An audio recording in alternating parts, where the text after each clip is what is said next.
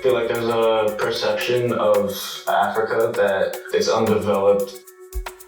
It's a very rich experience, whether you look at it from like the social perspective, the culture, history, like how it enriches you as a you might not have great data whenever you're working in the real world, but you at least now have good questions that will make you suspicious of your findings, and I think that's better than going blindsided.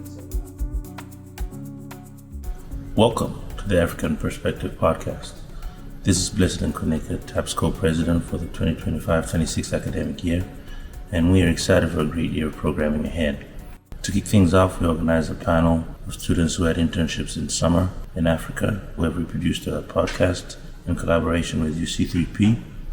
In the forum, we spoke to Jimenez Ahumada, Rushikesh Jadhav, and Aaron Schall, all second-year MPPs who did their summer internships in organizations across Africa. In this podcast, they share how they look for these opportunities as well as their experiences. And without further ado, let's dive right in.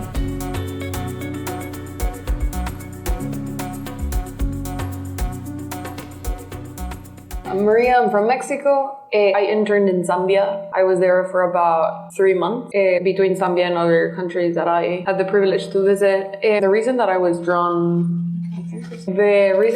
to Africa was because I really wanted to experience work culture in a space that I was unfamiliar with. And my sole intention was to actually broaden my understanding of where most of the development work happens. I'm very familiar with the structure of development work for example, in Latin America, and I wanted to understand more what are the challenges, what are the constraints, what are the different bureaucratic structures that any program in other places of the world faces. I looked at internships in both South and Southeast Asia and in Africa, just trying to expose myself to different ideas and also discussions, right? So that was mostly it. Great. So forgive my bias, but I'm also from Zambia. But yeah, Rushi. Absolutely. Hi everyone, my name is Rushikesh Jadhav. I'm from India.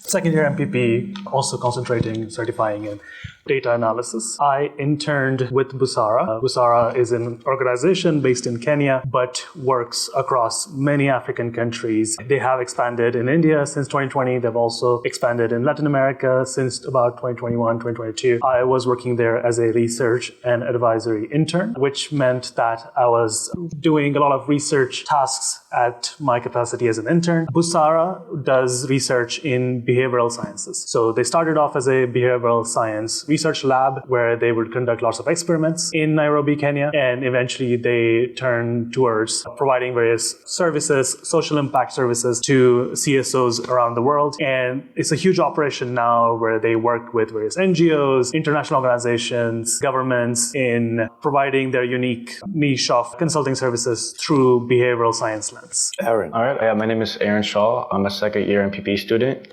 here at Harris, and just a little bit about my background. So when I was an undergrad, I did international studies with an African studies minor. So I've always had an interest in policy within Africa. And so when I wanted to do an internship this summer, I wanted to go on the ground. I had a bit more difficulty with finding an internship, and maybe I could talk a bit more about this later, but I had a bit of a different experience from them because I was at a very local grassroots organization called Girl Rescue Foundation. They operate in the capital of Uganda, in Kampala, but they have a couple branches in other parts of the country as well. And I had a second year friend who was from Rwanda, and it was his friend's sister's colleague's friend's organization. And so I got mine through networking. So it was a little bit of a smaller, more local organization, but they did a lot of work with local women. They have a variety of programs. When I was there, they were doing work with teaching young women baking skills and how to sew local garments. A lot of these women were particularly vulnerable to job insecurity because they hadn't finished school, and some of them had children at a young age.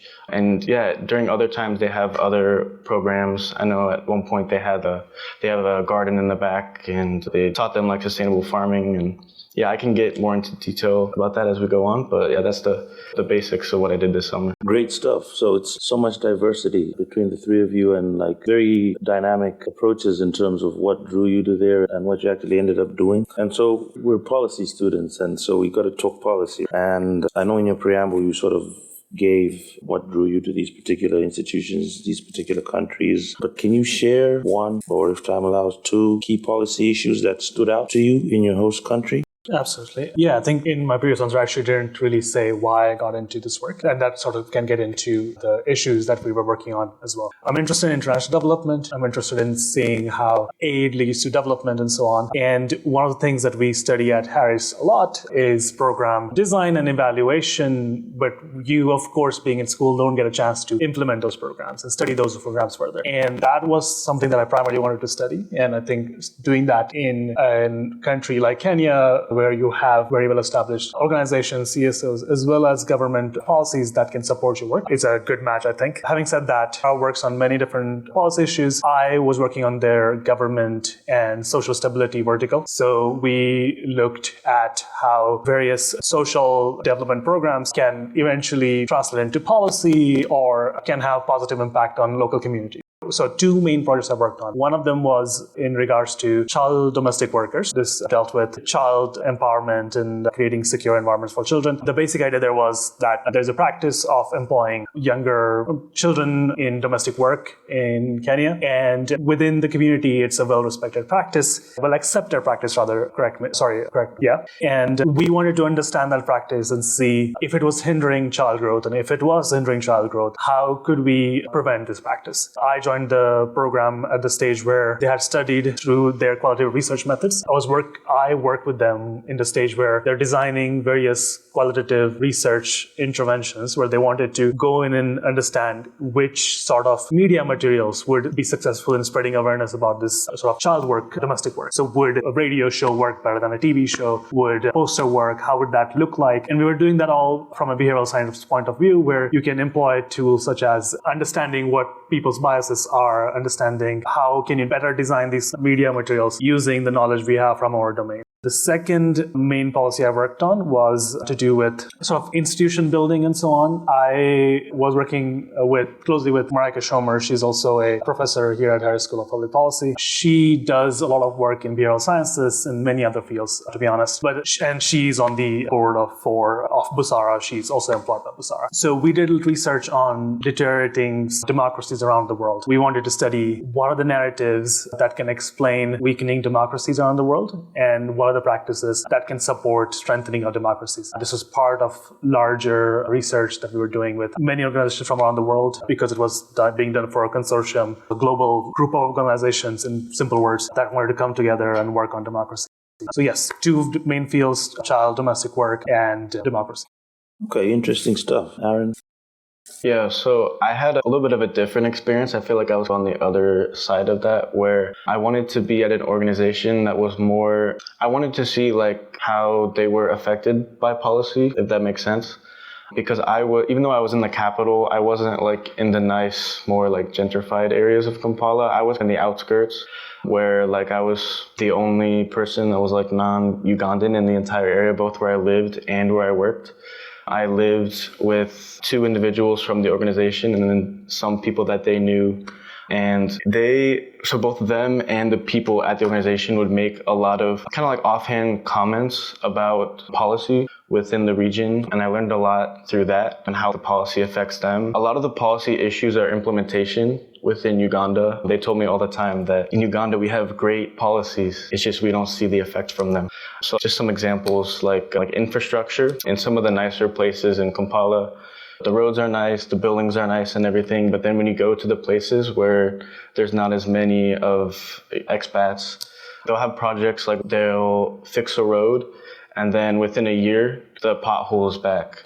And so I would say in general, when it comes to policy, my experience was more, it wasn't in the implementation, but it was more about seeing how policies affected the people that they're supposed to serve, and maybe how their needs or desires can be more paid attention to.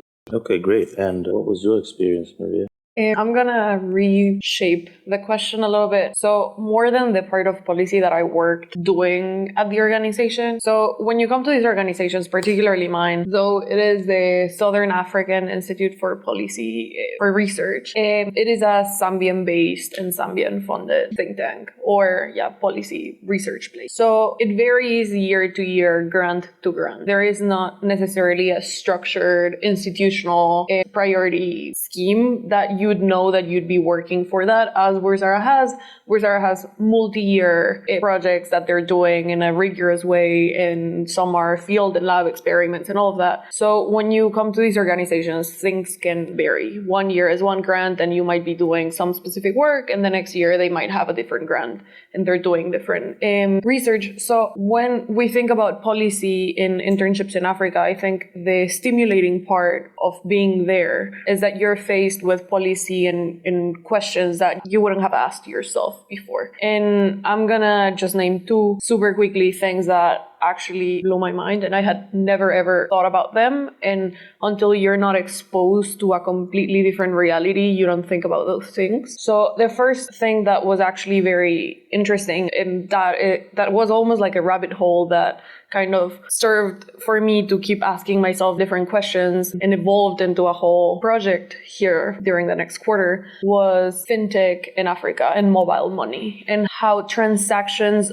are done across individuals to bring cash in and out of the system. And we have actually talked about this, about mobile money in Zambia without internet. So any single random vendor of tomatoes in Lusaka or any other place in Zambia uses more fintech than an established business in the United States. So what are the constraints, and why is that technology not rolled out if it's super cost effective, if it brings financial inclusion? Why is it that people still write checks in the United States and mobile money is just driving development in Africa? So that was something that I wouldn't have thought about it, because I had just simply not been exposed to that. The system is actually also fascinating. If you're interested, I would definitely just look at how it works. You basically type in someone's number on an SMS, and then you get back an immediate response with the person's name, where you can confirm that's the person you want to wire to, and just reply again with an SMS. And this is all GPS, so you don't need any internet to send your money. And if you have float on your account, you just send the money over to the other person's phone number. So more than the work that I did and the project that I participated in, that's what I was referring to, like interesting and stimulating places that kind of make you ask yourself different questions. And the other one that I wanted to mention was first mobile money. And then also, for example, the issues that a country that is landlocked faces. Almost all of us, and I know more of where everyone comes from, more or less, we have access to coasts, right? So we have ports, we have access to this network of trade that very few places in the world are landlocked once or twice. And that means that every single industrialized good that you get to purchase there pays duties there and in another place before it even reaches the country, which was something that I had never thought about. And that is something that affects policy in the market and society and politics, not only policy. It's part of the core of every single discussion, and it's something that you would have never been exposed to had you not go there and start asking questions about how the system works. So more than what side of policy I was actually working in with the organization, I think it's going there and asking these questions and seeing how the system works, and then just that is extremely stimulating. Yeah.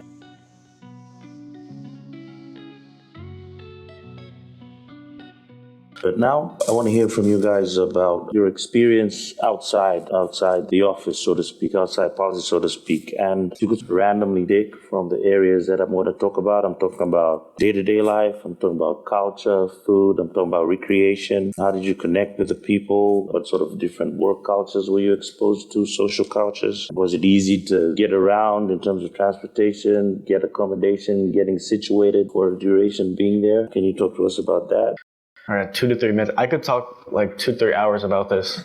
So I could probably just walk you through like my average day to give you guys an idea. But I was in the outskirts of Kampala. So getting to Work was about 15 minutes. Downtown was maybe like 30 to 45 minutes, depending on what time.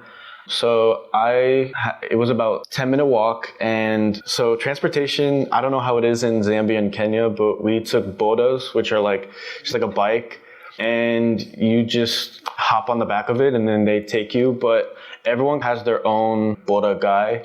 So by the time I was there, I was the only white guy in that area. So they all knew me. So they would like race to see who can get me as their customer.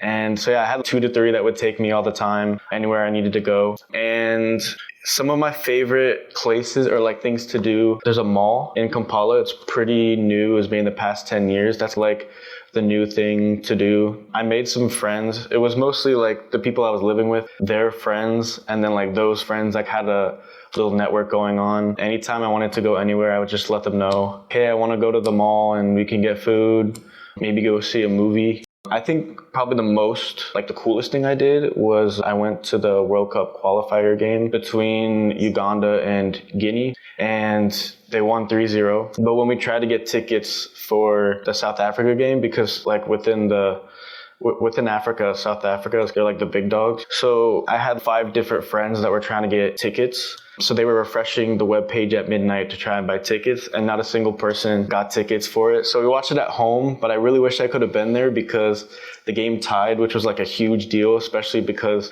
2 of the goals that Uganda made were in like the last few minutes.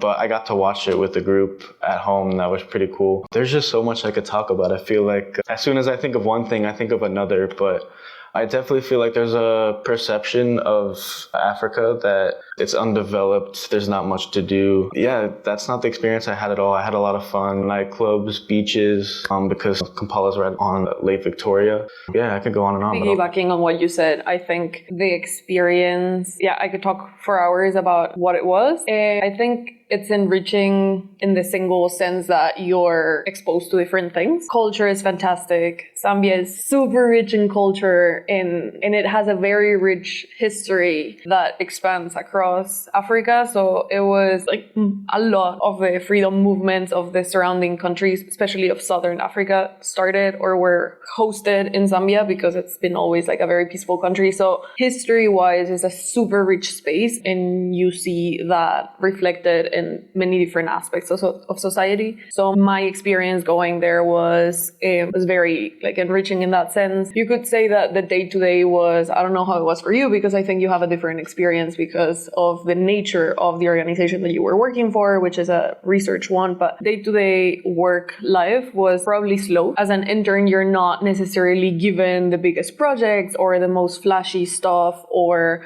you're also there for a really short time in relative terms. So it might not be the most like hard hours that you're gonna work in your life, but that also gives you the time to start asking all of the other questions, and then the issues that I was talking before, or engaging in all of these, let's say, pop culture of going to the theater, going to the football game, and then also seeing how society interacts in those spaces and ask questions. I was at a local organization, so my experience was the same, that all my colleagues were Zambian, and therefore I just started doing Zambian traditions and Zambian like routines with them, like drinking tea at 4 p.m. with a slice of bread and some peanut butter.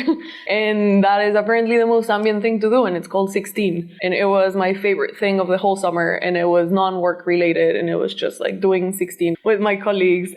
So all of that to say that it's a very rich experience, whether you look at it from like the social perspective, the culture, history, like how it enriches you as a person and broadens the lenses that you use to see things through, as well as just all the being at a completely foreign place in a different time zone that also allows you to have a completely separate life from the one that you have here in the United States. Yeah, I had a great experience. I had a great time. So Kenya is a beautiful, big, diverse country. It has many different areas. I lived in Nairobi. Nairobi is a massive city. It's very developed in parts, and in other parts it's not. I think, like Aaron said, there are definitely different parts of every city, and I think we see that worldwide. It can be intensified in developing countries. I come from India, so I have a pretty good context of what cities look like in developing countries.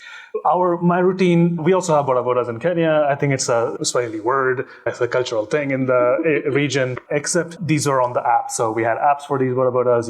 Uber exists in Kenya, and they have a bike option on their app. So you have a car option, bike option. You have a small car option that takes you from one place to another quickly. It's basically like chap, let's go.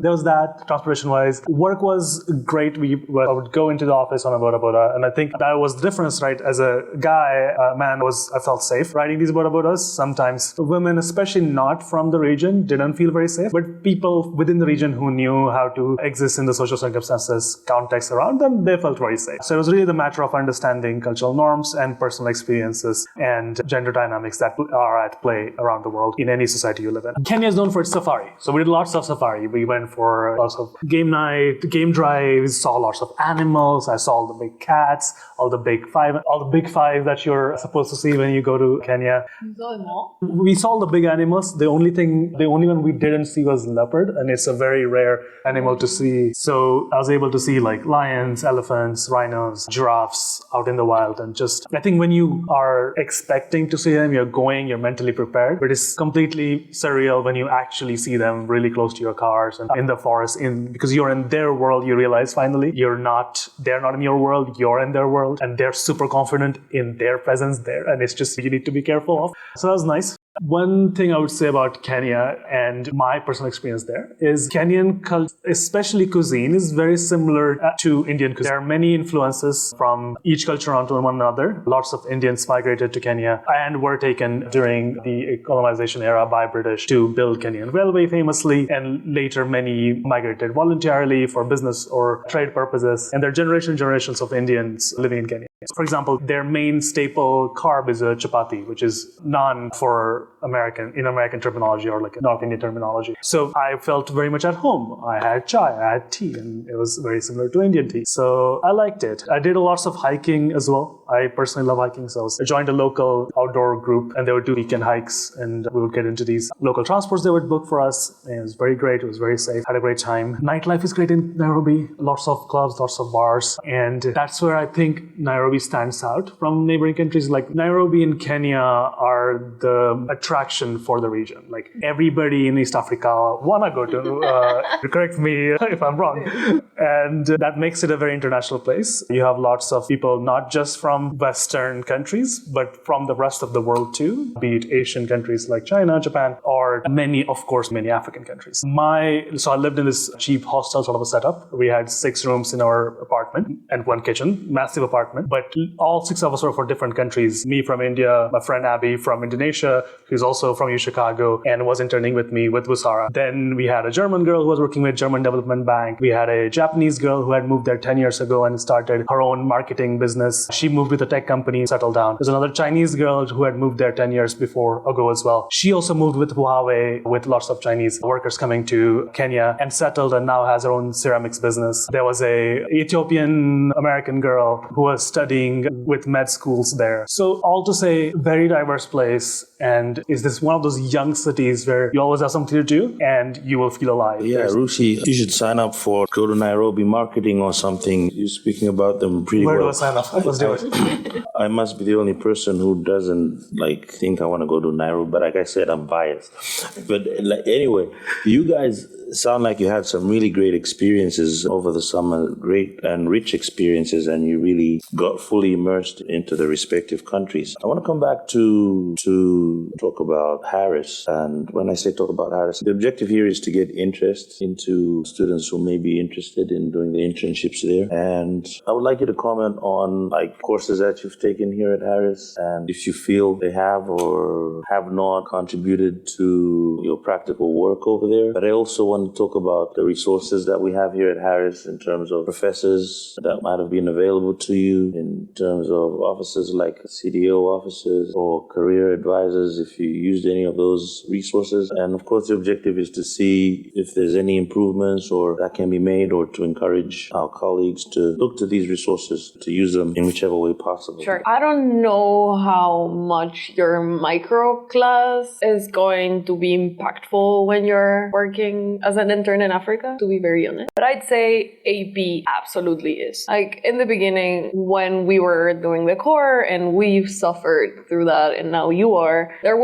were a lot of complaints about whether or not AP was worth it, and there is more to game theory than just a very, let's say, simplified things that some people claim we were being taught. I can say that when you go to a country that you're unfamiliar with, that you're challenged to think and analyze structures that you don't fully understand because you have a predisposed mindset of how to analyze things. Having all of these tools that seem very simple from AP, but thinking about incentives, thinking about what is something that might cause a different output than the desired one. Having these simple tools gives you a very rich toolkit to just show up to a place and be like, okay, let me dissect this. Let me try to understand. And maybe there are some interns that go to Africa that don't ask these very detailed questions about why things work in certain ways. But the reason that I started thinking about trade and landlocked countries was because pasta and all of these things that were not manufactured in Zambia were prohibitively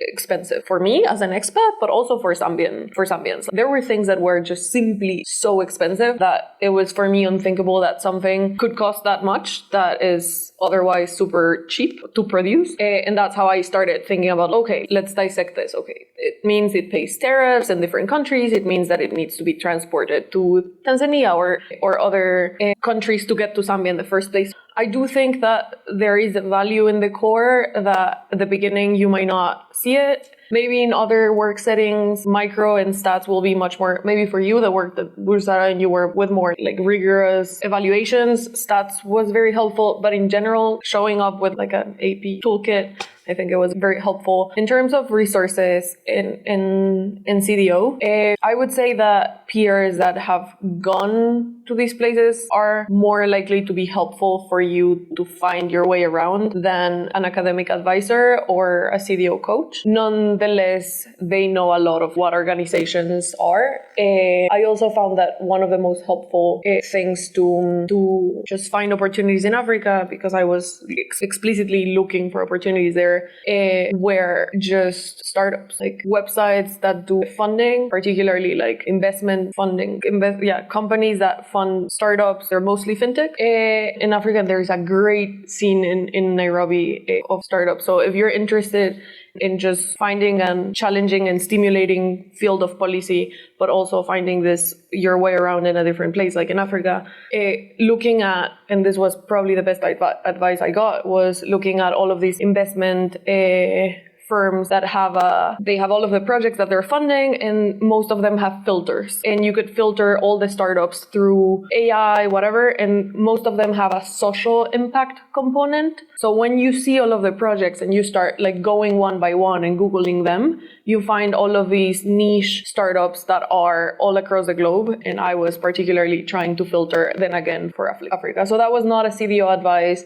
That was not a core advice. That was an advice that someone that is in finance gave me to find small and niche companies that work in Africa. Yeah, no, absolutely. I agree with Maria on some points. So to break my answer down into two simple, answers, various Pearson Center helped me a lot with this internship. Pearson Center for Conflict was a research center on campus last year. It is not this year, but they funded my internship. So I had the financial means to get to Kenya and work there. And I was paid for my work through that. In terms of getting the internship, I think use CDO resources for reviewing your resume, your cover letters. Having a real person doing this for you, having a conversation with you can be much better than just doing this using any of the LLMs. So for such services, please use CDO. It can be helpful. Then in terms of academia, the academic courses that we took at Harris, I agree AP helps you think. I think that's a very interesting finding that you'll get to eventually, hopefully. Then stats was very helpful too. After the core was done, I took an advanced program eval course in my spring quarter with Jeffrey Kroger. And there we learned a lot about designing and evaluating programs, simply put. But what that did was it gave me a framework to ask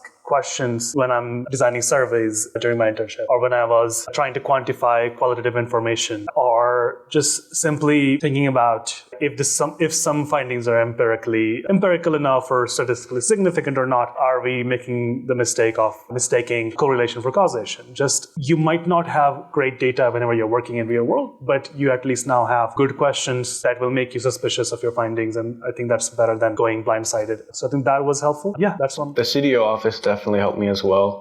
I was struggling to find something, and I knew I wanted to do an internship in Africa this summer. So I was basically told to network with second-year students. I did, and they told me that their friends said that they didn't really find anything available. So I went back to the CDO office, and I was like, I tried networking, it didn't work. And he said, ask him to ask someone else. And okay, that's pretty simple. I did, and then I ended up in Uganda. I definitely think the CDO office I feel like finding an internship was so stressful for me that sometimes there was such a simple step I had to take, and I was so scatterbrained that I couldn't get myself to ask my friend if he could ask his friends if they know. I definitely feel like the CDO office helps clear your brain and helps you go in the right direction. And then I'm going to approach the other part of the question a little differently. I think that for me, it was the other way around. I feel like my internship is helping me in my classes now. I feel like if you're taking a program eval class, it feels different if you already have been there and you know how it works. Especially if you're in international development and you're interested in Africa, having an opportunity where you've been there and you've seen how locals there, what programs they're creating, what difficulties they're facing, what their needs are. I feel like it complements. I feel like Harris classes are very analytical, and that's great. It equips you with a lot of skills. But I feel like that missing piece is the experience, is dealing with all these things in the real world. And I feel like when I started my second year, I felt like because of my experience, it reshaped how I think. I do want to briefly add that my organization was a little different. It was very community-based. It was like a community center for a lot of these women. And these are some of the most vulnerable to policies. And it was very different. I think Maria mentioned it. It was very different than what I expected. I was expecting a much more professional setting. When we came up to the office for the first day, and it was just a little building. They were immigrants from Rwanda. They actually lived in the back half of it. I was expecting an office, but it was like a community space. And I didn't mention this before, but the women that we were teaching, actually I wasn't teaching. It was women that had been a part of the organization that were actually teaching other women in the organization. It was like a space for them to build community. And I think that's something that was so important for me to witness and experience, was how important just a sense of community was for these people. And I think that's something that's not exactly quantifiable. We're in a school that's known for their quantitative research, and that's very important. That's something that I'll carry with me into my future career. But I needed that internship in Uganda this summer to complement that and give me the qualitative side to see what is my quantitative research, who is that affecting.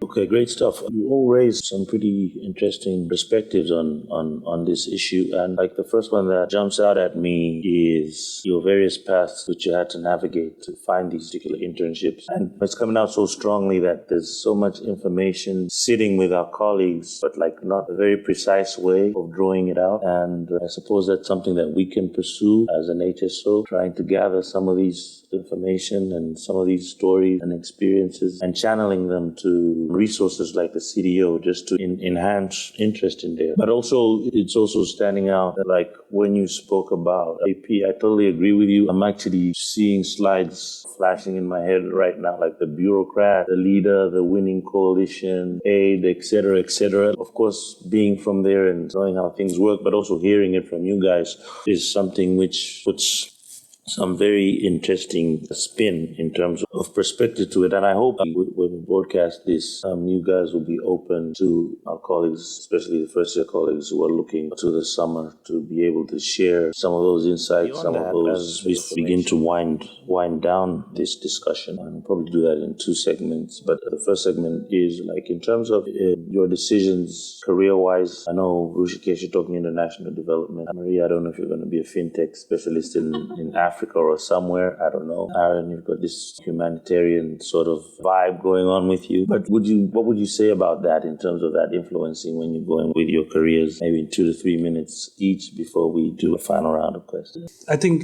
I want to build on what Aaron said, right? Like, it's not just about what Harris gave me that I took to my internship, but now what this internship is providing me as I go through my second year. I think it's grounding a lot of the work that I want to do. It's helping me ask simpler questions that are often forgotten, and trying to really, when your professor are yelling at you and saying you have to be able to communicate whatever you're working on to a policy-making audience or to a non-statistically literate audience, you really understand what that means, and that really becomes important, I think. So that's just talking about how it's shaping my future of academic ventures. But talking about career in general, so personally for me, I did my undergrad in the US. I worked in the US for a couple more years, and then I came here to do my master's. So getting this experience in Kenya just showed me that, gave me a work experience outside of the US, gave me a work experience that is outside of my personal comfort zone, which makes me confident that I would like to apply for jobs in other parts of the world. I am happy to move around. I'm happy to go where I find meaningful work. And I think that's important, right? Like,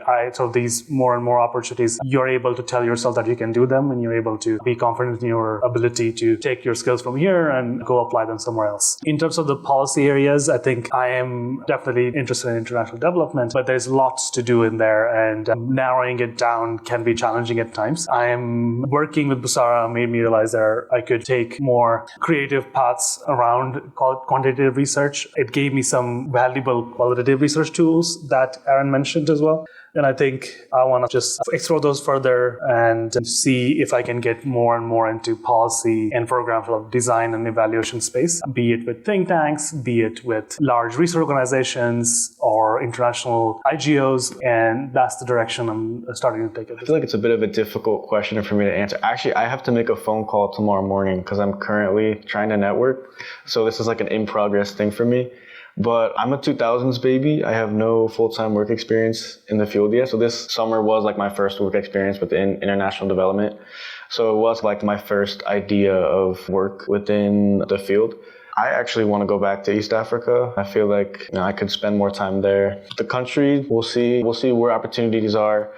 But yeah, in terms of like policy or what field, I still feel throughout this second year at Harris, I can spend some more time thinking. I was a little naive my first year. I thought that by December 2025, I would know what I want to do and I'd be like applying to all these jobs in this specific sector. But I still feel like I'm just taking some time to figure out what I'm going to do. But I would say that this internship this summer definitely inspired me to go back to East Africa. I'd like to work there. And yeah, I feel like my answer is a bit more vague, but I'm still figuring things out. So. I agree with you. My answer was very much me trying to put my thoughts together because there's a pressure to put those thoughts together. So like it's honest, like often that we are all trying to figure out. So my answers are very much right now. This is what I think.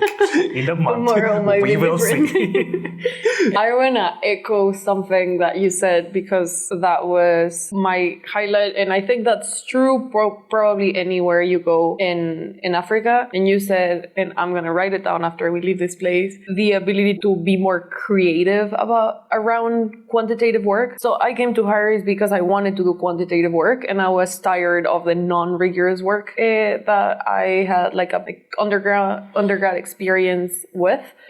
So I've been like obsessing about quantitative, rigorous training. And I realized that there is the perfect Venn diagram of creativeness and quantitative, like rigorous work environment in Africa. So whether it is that you work with all of these startups that are rolling out fantastic technologies and that are leveraging a lot of super innovative tools, whether it is GIS and spatial work to determine where are the most vulnerable people and get the most cents on the dollar of cash transfers actually delivered to the people. There are all of these NGOs and startups that are leveraging all of these new technologies and they have less constraints when they bring those new technologies in because there are no like super formalized like banking systems. When we talk about like mobile money in Africa, you don't have a super big like industry of banks that are pushing on like rolling out new technologies like you have in other countries, like whether in Europe, the US, Mexico.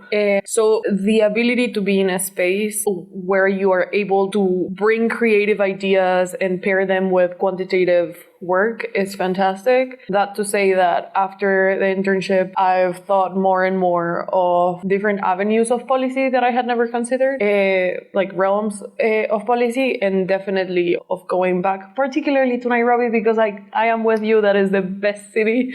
Just after Mexico City is the best city in the world. Kampala is very fun as well. I just want to put that out there. So, How dare you, Maria? yeah, I'm sorry. I love Lusaka, but Nairobi is something.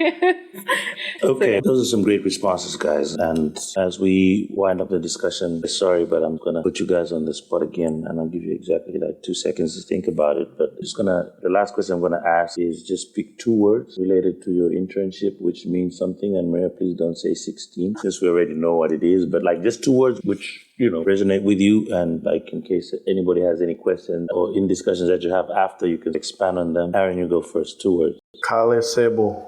Rushikesh. Savannah and hope. There's a lot of hope. 2 words, I said. Yes, hope. I can't. I'm gonna say startups, and That's 2 words. great. So that's it. We'll cut you off there. Yeah. Thank you for listening to the African Perspective Podcast. We'd love to hear your thoughts and suggestions, so feel free to get in touch with us via social media. We're on LinkedIn, Facebook, and Instagram. If you enjoyed this episode, please share it on your socials and consider giving us a like or comment whenever you're listening from.